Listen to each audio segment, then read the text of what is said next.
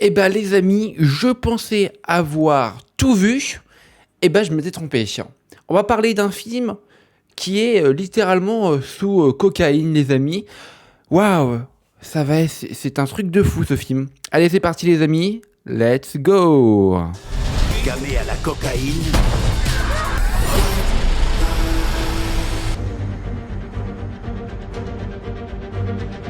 Eh ben les amis, on va parler donc de ce film totalement what the fuck.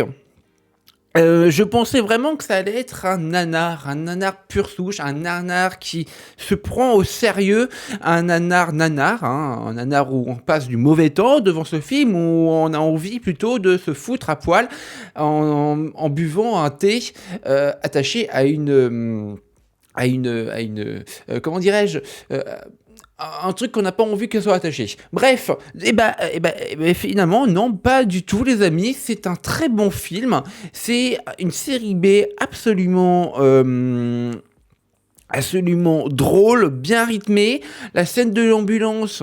Je pense que c'est l'un de mes plus gros fous rires que j'ai eu depuis le début de la pandémie au cinéma. Enfin, vraiment, ce film est juste dingue. Enfin, bon, voilà, j'ai vraiment pas. J'ai rien à dire concernant la mise en scène qui est vraiment stylisée, pratique, efficace, assez élégante dans certaines scènes. Donc, ouais, Crazy Beer, dont d'ailleurs le nom américain c'est Cocaine Beer, et je trouve que d'ailleurs ça amenuise un petit peu l'effet de choc pour le film, parce que bon, Crazy Beer en France, on est un petit peu coincé à ce niveau-là, et c'est dommage, parce que on parle quand même d'un ours qui est défoncé à la coke, donc ça aurait pu être tellement drôle de garder Cocaine Beer pour la France, mais bon, pour des raisons, etc. Bon, voilà. Mais vraiment, le film, allez le voir. Vous allez passer, je pense, un très très bon moment. Le scénario, c'est peut-être pas le meilleur du monde, hein. D'ailleurs, c'est un scénario inspiré de faits réels. Et donc, en gros, ouais, ça parle d'un dealer de coke qui va balancer comme ça plus de 80 kilos de coke dans une forêt, et un ours va en ingurgiter une quinzaine, et il va devenir complètement fonce-dé et tuer des gens pour notre plus grand plaisir, et c'est inspiré d'une histoire vraie, et le film se passe dans les années 80, et donc ouais, non, franchement, c'est un très bon délire, on s'amuse énormément, et puis bah, il y a une ribambelle d'acteurs aussi, ça fait plaisir de les revoir, comme, alors j'ai plus son nom, je suis désolé, comme l'acteur principal de How to Mother, How I Met Your Mother, par exemple, il est dans ce film, ça fait tellement plaisir de le revoir. Le regretté acteur dont on lui rend hommage, Ray Liotta, je crois, si je dis pas de bêtises,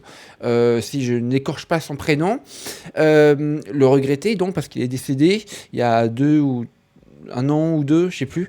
Donc malheureusement, il y a aussi, enfin bon voilà, il y a vraiment une ribambelle d'acteurs absolument incroyable, absolument magistrale pour une comédie, une série B qui ne se prend pas du tout au sérieux.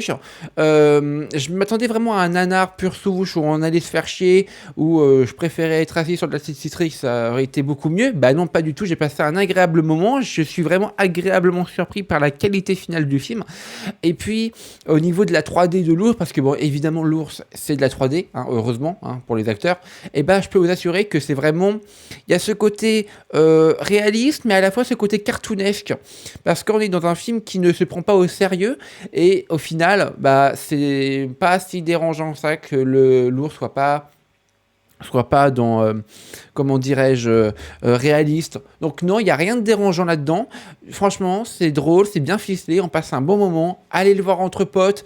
Après, faites-vous un resto, vous allez passer une bonne soirée. Le film marque les esprits pendant un temps. Je me rappelle encore, hein, j'étais à la séance mardi, donc je me rappelle encore de pas mal de séquences, notamment celle de l'ambulance qui m'avait fait mon plus gros fou rire au cinéma, comme je vous l'ai dit. Donc non, vraiment, c'est un très bon film, un bon truc nanar, bien, bien sanglant, parce que le film, oui, est très très gore. Ça m'étonne d'ailleurs qu'il ne soit pas moins de 12 ans ou même un avertissement. Donc non, franchement, c'est un très bon film. J'ai pas grand-chose à dire, hein, à vrai dire. Donc les amis, j'espère que cette petite review vous aura plu. N'hésitez pas à la liker, à la commenter, à la partager. Et quant à moi, on se retrouve pour un prochain film. Allez, ciao tout le monde!